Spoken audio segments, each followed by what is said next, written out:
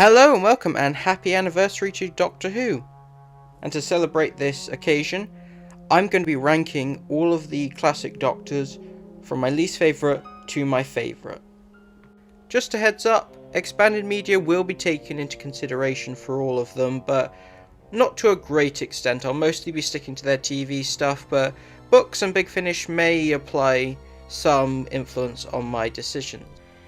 If you'd like to keep up to date with this series, if you haven't already, I recommend hitting the subscribe button, turning on notifications so you can stay up to date when they are released. You can find and follow me on social media at the links here, and if you enjoy the videos, be sure to like and comment your ranking for each Doctor. When looking at the general consensus on the classic Doctors, particularly the 80s incarnations, I definitely get the sense that the general perspective on them is often mostly based on a handful of out of context clips you'll find on YouTube or their first episode. And in the case of the 5th Doctor, just going off Castrovalva, I can absolutely see why people consider him to be the nice one. It's absolutely splendid. However, when we get to 4 to Doomsday... Now listen to me, you young idiot. You're not so much gullible as idealistic. In general, I wouldn't really describe the 5th Doctor as all that nice or kind. Tetchy is probably the word that comes to mind when I think of him, which is probably a result of him not really being able to get on with his companions, since most of them were kind of forced upon him, and he just had to sort of deal with them. With that being said, it does open him up to a really interesting character arc. It's less that he is the kind-hearted pacifist Doctor who can go into a situation without a drop of blood being spilt. I'd say that's more the person the 5th Doctor wants to be, but unfortunately he's out of his depth in most situations, and him being forced to take violent acts in order to stop things getting worse. There should have been another way. With all the constant massacres that occur in season 21, the fact that with the exception of Turlough, all of his TV companions leave him under tragic circumstances, all that build up to him eventually breaking is really fascinating. The problem is that payoff comes after he leaves, so outside of a few diamonds in the rough, like Kivs Androzani and Earthshock, for the most part he is a bit bland. When put next to the likes of Tom Baker and Colin Baker, he does sort of disappear into the background. There's definitely much more to the 5th Doctor, which would have been interesting to see had he stayed on for longer, but thankfully he was able to go out on a high note with a really great story. I'm a doctor, but probably not the one you expected. What's interesting about the 8th Doctor is that it's not necessarily that easy to pin him down, as there are so many contrasting versions of 8 across multiple different mediums. Just looking at his live action appearances, the TV movie offers us a interesting idea of where he could potentially go as a character, and Night of the Doctor suggests who he eventually became, leaving the audience the opportunity to imagine the life this Doctor led. And I appreciate that his era was at least bookended with 2 live-action stories. With that being said, there are multiple options to experience potential paths the 8th Doctor went down, with the novels, the comics, and for me personally, the Big Finish audios. Big Finish gave us a medium which allowed Paul McGann himself to continue portraying the 8th Doctor. I really enjoy his adventures with Charlie, and we get to see the Edwardian romantic figure that was set up in the TV movie really get expanded upon, until he eventually goes through an experience which breaks him, leading to the 8th Doctor becoming a much more cold-hearted figure. I'm not as big of a fan of the Lucy Miller and box set eras of the 8th Doctor, but there is some good stuff in there, I can't deny. It's probably down to the mass amount of content that Big Finish have made with the 8th Doctor, and how, because they're all roughly about an hour and have to not only have the main plot of the story but also the overarching story of the set or series, sometimes character development isn't always a priority, so 8 can occasionally come off as a bit bland, with the exception of some of the more dramatic stories like Stranded. It seems that I'm some kind of a galactic yo-yo. When it came to ranking all the classic Doctors, Jon Pertwee was the most difficult for me to place. Not in terms of what I think of his Doctor. I was able to pin his incarnation down pretty well. On the surface, he's a charming, action, James Bond-inspired Doctor, and under the surface hides a more emotionally vulnerable side as a result of his exile. I really enjoy the relationships he forms with the whole of the unit family across his tenure, and it's admittedly a creative idea to get around the limitations of the budget at the time, having an in-universe reason to stick the Doctor on Earth for most of the time. Much like his era as a whole, the Third Doctor is a figure ahead of his time, while also being simultaneously dated. England for the English, good heavens, man! I have a duty to my country, not to the world! You can make yourself useful. We need somebody around here to make the coffee. No, for me the problem arises from the fact that I'm not too sure where I'd place him on the list compared to the rest of the Doctors, as he has probably what I consider to be the most consistently solid era of the classic series. However, with that consistency occasionally comes some periods of repetition, in comparison to other eras which might not be as consistently solid, but have a lot more creative ideas and a lot more diverse types of stories. I just think I prefer the more creative and abstract Doctor Who stories compared to the more traditional alien invasion, mad scientist plots we got a lot in the Pertwee era. So when it comes to choosing my favourite stories from that run, I favour the more out-of-the-box episodes that break from the traditional formula.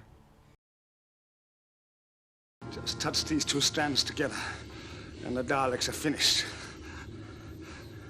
Have I that right? Now, with the Fourth Doctor, there are two very distinct sides to Tom Baker's performance.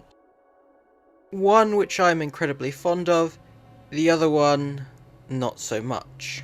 On the one hand, you have his absolutely dedicated performance where he gives it his all and creates arguably one of the most alien versions of the character. His wide-eyed energy and his emotions and feelings changing on a dime. You never quite know what to predict with this side of the Fourth Doctor, making him simultaneously incredibly hilarious, though in some instances quite terrifying. However, his long tenure on the show definitely had an impact on him, and his admittedly strong feelings towards the character, while that is a noble sentiment, sometimes that could get the better of him, and when he isn't that invested in a script, you can definitely tell in his performance.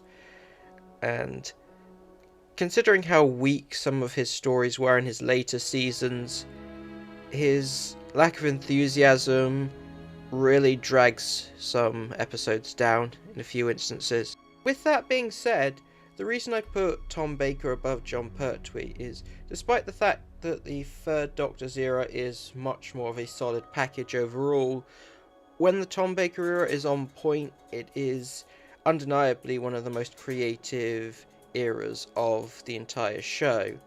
And even in some of his weaker performance stories, certain episodes like Pyramids of Mars can retroactively make his performance seem like a creative, intentional decision to show off just how serious the situation is. I mean, this Doctor is undeniably iconic for a reason. Had he left maybe a season earlier, I think overall I'd have a much more stronger connection to this version of the character. Have you ever thought what it's like to be wanderers in the fourth dimension? Now, here's an example of me unfairly judging an incarnation of the Doctor based solely on their first couple of episodes. The growth that the first Doctor goes through from his first adventure right up to his last is one of the most fascinating, as he goes from a very cowardly, selfish, borderline villain figure to the kind-hearted grandfather, not quite the traditional hero that we're used to with other Doctors, but you can definitely see the genesis of that. Since his companions are arguably the main characters, at least for the first 2 seasons, we get to see them rub off on the first Doctor. It's through them that he discovers his desire to be a more kind-hearted figure in the universe, rather than just a passive observer. So when they all eventually leave, the first Doctor is able to become the true main character. It was absolutely astonishing just to see how different he is in his second season compared to his first, where he becomes so much more comedic. In an ideal world, I would love for this arc to have had a similar effect on the man of his time that was William Hartnell, but let's be honest, I'm probably being naive. And while I can't deny this era is surprisingly progressive for the time period, there is a lot of dated elements which hold it back. But at least we can enjoy the fact that the first Doctor went from a very terrible person to the hero we all know and love today. Think about me when you're living your life, one day after another. Think about the homeless traveller and his old police box. During my very cynical phase as a Doctor Who fan, I was fascinated by the dark, scheming chess master persona of the 7th Doctor, and how he would take very drastic actions in order to save the universe. However, as I started to move out of that mindset, not only do I find his more clownish, earlier persona more endearing, I feel like when it comes to the chess master persona of the 7th Doctor, the part of it I find really interesting is the emotional impact all these decisions have on him. So I'm not a huge fan of whenever he's portrayed as very cold and cruel. I do like to think that there is some degree of emotional weight that comes from all the actions he takes and how he treats Ace. Ultimately, he wants the best for her. So I favour the more fun professor-student dynamic episodes that they have. There's only so many times I can listen to Ace and the Doctor falling out before it gets a bit stale. My absolute favourite moment that demonstrates this from the TV series is the cafe scene in Remembrance of the Daleks, where the Doctor has to sort of try and justify his actions in his head.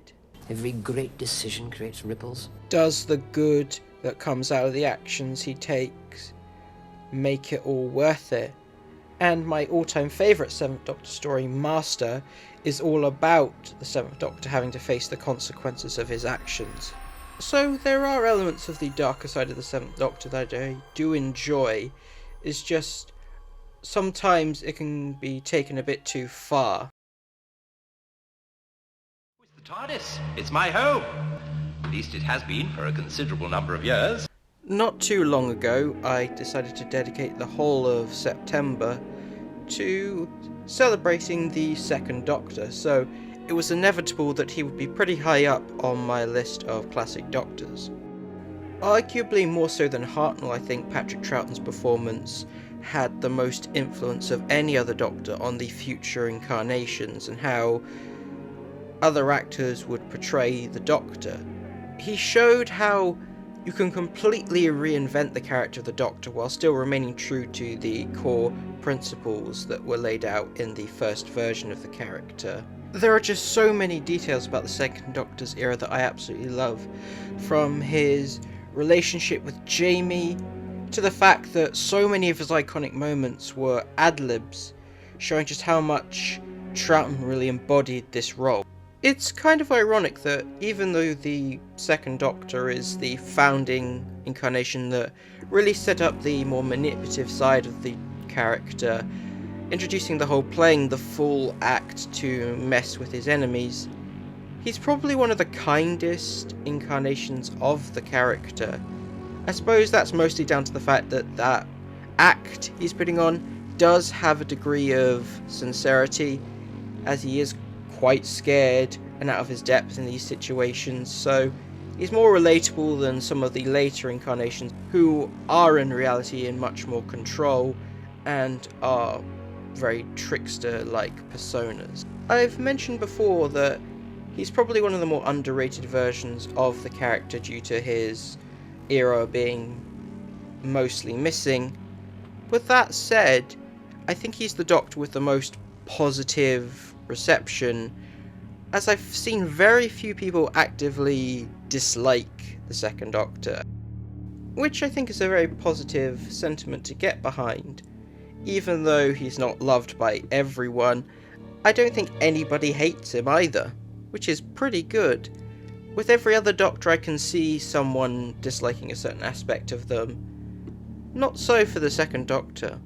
So objectively speaking, I'd probably say he was the best version of the character, although there is just one more which, for me personally, is my absolute favourite.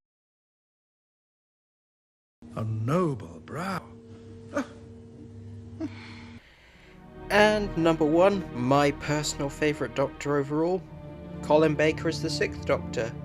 Might be a surprise to a lot of people if you haven't been following my channel, but for me, Colin is absolutely what I consider to be my all-time favourite version of the character.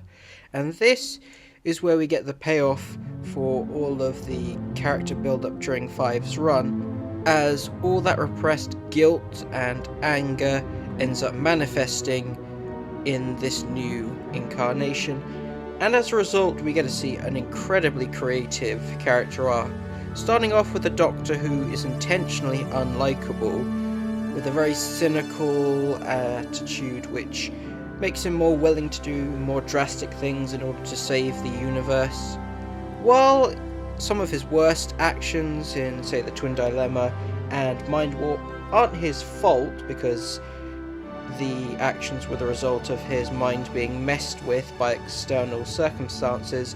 It doesn't stop the trauma that Peri experiences as a result of it being any more difficult or any more dangerous.